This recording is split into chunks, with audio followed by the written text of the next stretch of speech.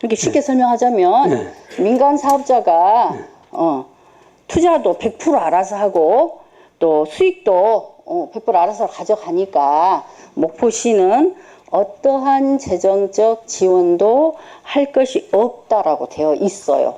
그 맞는지 틀린지 모르시네요? 그 법을 내가 잘 모르거든요. 제가 쉽게 설명을 했잖아요. 저는 맞지요? 그 법까지 잘 모르겠고요. 목포시가 공모했어요. 그쵸? 그쵸? 네. 네. 자, 국토계획법에는 아까 뭐라고 제가 설명드렸나요? 공모하지 말고 뭘 하라 그랬다고요? 신청. 네, 그렇습니다. 근데 왜 공모했을까요, 시장님? 그때 시장님 아니셔서 모르신가요? 네. 그 법이 신청하게 돼 있었는데도 불구하고 자, 그다음에 왜 공모를 했는가 하는 부분에 대해서는 제가 그다음에 근데 목포시가 지금 케이블카 주식회사가 땅이 한 평도 없는 상태에서 목포시가 수용을 해줬습니다. 그 대목도 잘 모르겠네요.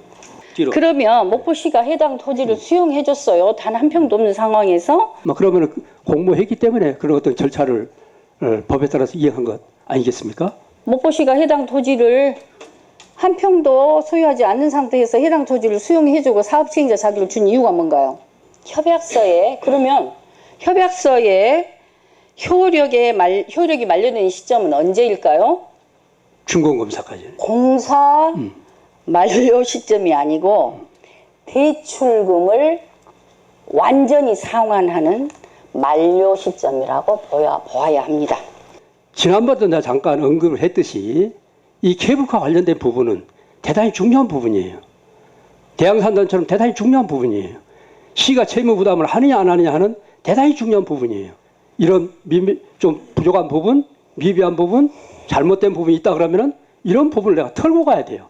정리하고 가줘야 돼요. 그 애둘러서 자꾸 이렇게 뭐 한다고 자꾸 이렇게 변명 같은 얘기를 한다고 하는데 내가 그럴 이유가 하등 없습니다. 네, 알겠습니다. 저는 여기서 딱 정리를 하고 싶습니다. 정리하십시오. 아니, 그러니까 자꾸 자, 우리 행정 답변을 애둘러서 변명한다든지 뭘 자꾸 이상한 쪽으로 이렇게 말씀하지 마시라고요. 예, 변명 아니고 사실이라고. 모르는 것은 모르는 걸 네. 가르쳐 주시고 변명이야. 이런 그러니까 부분이 있으니까 제가 이렇게 점검하라고 말씀드리잖아요. 하셔야지 자꾸 변명한다고 하면 안 되죠. 내가 변명할 체제가 아니잖아요. 자, 협약서 제17조가 규정하는 목포시의 책임, 어떤 책임이죠? 자, 대체 사업 시행자 지정 책임, 그 다음에 손해배상 책임, 이렇게 두 가지 책임을 가지고 있어요, 목포시가. 자, 공사가 곧 끝나고, 공사가 끝나면 효력이 종료되기 때문에 목포시의 책임이 발생할 여지조차 없다라는 말은 사기 범행에 가까운 억지 논리를 개진하기 위한 이유라고 판단하고 있습니다.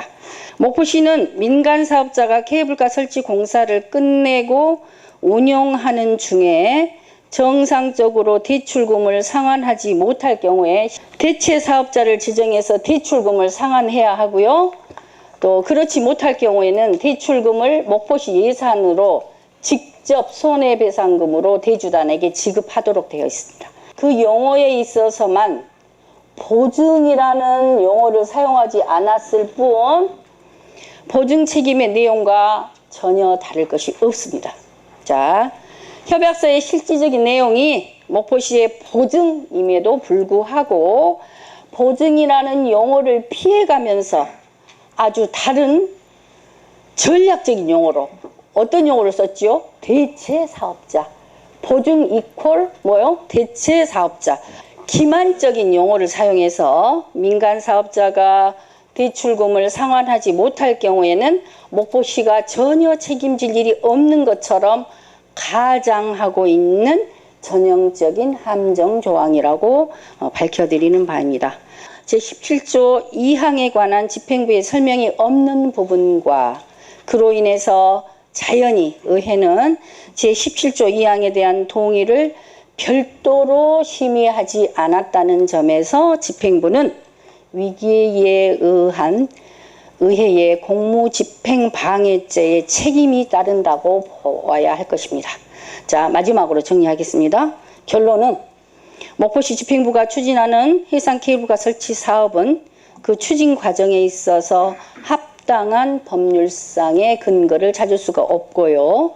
협약의 종료 시점은 민간 사업자의 대출금 상환 만료 시점이며 협약서 제17조 2항은 명백히 목포시의 보증과 동일한 정도의 재정적 부담을 주는 조항으로 의회의 동의가 필요한 조항이며 그럼에도 불구하고 집행부는 제17조 2항이 목포시에 아무런 부담을 줄 위험이 없는 것이라고 의회를 적극적으로 기망한 행위는 명백히 위기에 의한 공무집행방해죄에 해당합니다.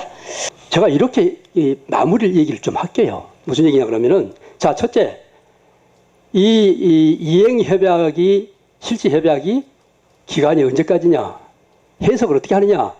자, 우리는 중간검사까지로 본다 하는 것이고, 뭐 이 부분에 대해서는 시주도 그렇고 지금 아까 말한 여러 가지 어떤 자문 받아본 사람들 의견도 그렇고 그것까지로 본다라고 하는 거이고. 자, 그러면은 이제 그 만료되기 전에, 중단되기 전에 보도가 났을 때는 아까 저 말한 저대로 일제면 시가 대체 사업자를 선정하고 대체 사업자가 안 나타났을 때는 잔존재산 범위에서 손해배상한다 이렇게 돼 있잖아요. 자, 그러면은 아무튼 어떻게 됐든 간에 문제는 중공검사까지만 끝나버리면 마무리된다 하는 얘기고, 저는 이렇게 하고 싶어요. 중공검사 끝나기 전에 7월부터 지금부터 시작해서 운영협약을 맺을게요. 그래서 이 실시협약에서 이론상의 여지가 있든 실질 사유가 있느냐 없느냐 하는 이런 부분, 기간에 관한 부분, 이런 부분을 명확하게 운영협약에서 못을 박아버리게 해요. 그냥요. 시가 책임 없다는 것을 못을 박아버리게 해요. 자, 그러면은 이를테면은 그 PF 있잖아요. 그 대주단들에 대한 책임은 어떻게 될 것이냐. 이제 이 부분이 좀 걱정스럽지 않아요? 그래서 이 부분은 이 회사가 중공검사가 되면은 이 케이블카 설치 사업 전체를 가지고 금융권에다가 담보 잡혀서 이제 담보 능력이 생기니까 중공검사 돼버리면 법적으로 새로운 금융권에다가 돈을 빌려가지고 PF 460억인가요? 그것을 460억. 갚아버린 거예요. 네, 일시에 갚아버린 거예요. 그러면 여기서 어떤 PF 이쪽 사람들한테 우리가 어떤 그런 책임이 있느냐 없느냐, 앞으로도 책임이 있느냐 없느냐 문제는 막 좀 해소돼 버린 거예요. 그렇게 갈 수 있도록 같이 협력해서 지혜를 모아주시기 바랍니다.